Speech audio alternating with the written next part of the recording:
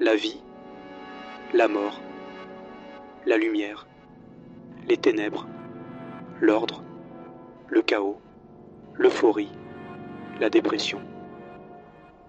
J'ai toujours eu de la sympathie pour les parias, les fous, les personnes souffrant d'addiction et toutes sortes de marginaux exclus de la société. Je les comprends étant devenu malgré moi un marginal qu'on voudrait chasser à tout prix.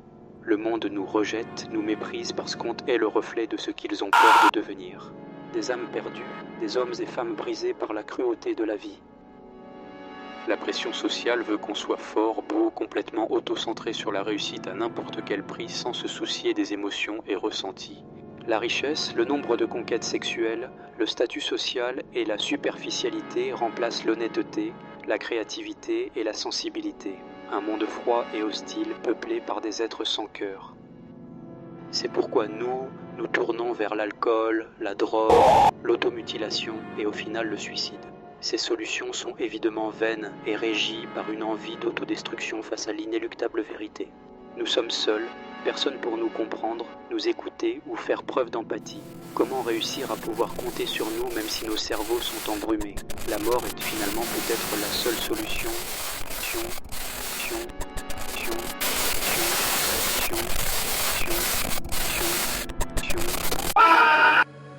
Mes émotions sont hors de contrôle comme une bombe prête à tout détruire sur son passage. Je peux aimer un jour et détester le lendemain. Je peux chérir et haïr sans raison aucune. Comment vivre sereinement dans ces conditions? C'est impossible. Les traitements et les spécialistes ne font que reculer l'inéluctable. Ils nous écoutent certes, mais ce n'est qu'un piètre réconfort, une voie sans issue. Ils nous offrent un espoir inatteignable et imaginaire. Cette vie de solitude extrême m'a rendu morne et vide à l'intérieur. Je ne ressens plus rien si ce n'est que tristesse et frustration. Ce fardeau est lourd et je le porte seul. Impossible pour moi d'avoir des interactions sociales convaincantes et sincères. Je n'aime plus, je ne désire plus, je ne suis pas là. Parfois je suis tellement en colère que je veux voir ce monde réduit en cendres et transmettre ma peine aux autres. Et parfois j'envie ces gens et je leur souhaite tout le bonheur du monde. J'ai du mal à l'admettre, mais je suis jaloux d'eux. Ils ont l'air épanouis et peuvent même imaginer un futur idéal pour leurs enfants. Un optimisme que je n'arrive pas à partager. J'ai l'impression qu'ils me regardent avec dégoût, comme s'ils distinguaient de la noirceur qui m'habite. C'est sûrement ma paranoïa qui prend le dessus. J'ai l'impression d'être déjà mort et de vivre dans mon propre purgatoire. Je m'en veux tellement de ne pas pouvoir le rassurer, de ne pas pouvoir la serrer dans mes bras. Ce n'est qu'un doux rêve de pouvoir un jour dire « Je t'aime ». Ne t'approche pas de moi, je risquerai de te faire de la peine et tu finiras par fuir. Fuir très loin sans jamais te retourner. M'abandonner à mon tourment.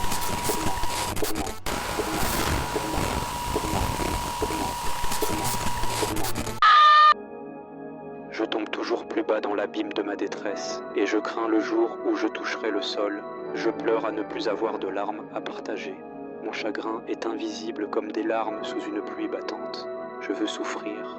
Je veux être enfermé à tout jamais dans une pièce sombre et sans fond. Ma santé mentale ne tient plus qu'à un fil et la folie me guette.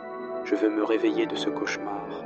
Derrière mon sourire forcé, je crie à l'aide. Une aide dont seul un linceul pourra me délivrer. Les murs de mon appartement ne cessent de se resserrer. J'ai l'impression de suffoquer comme si l'étreinte de la faucheuse me serrait de plus en plus.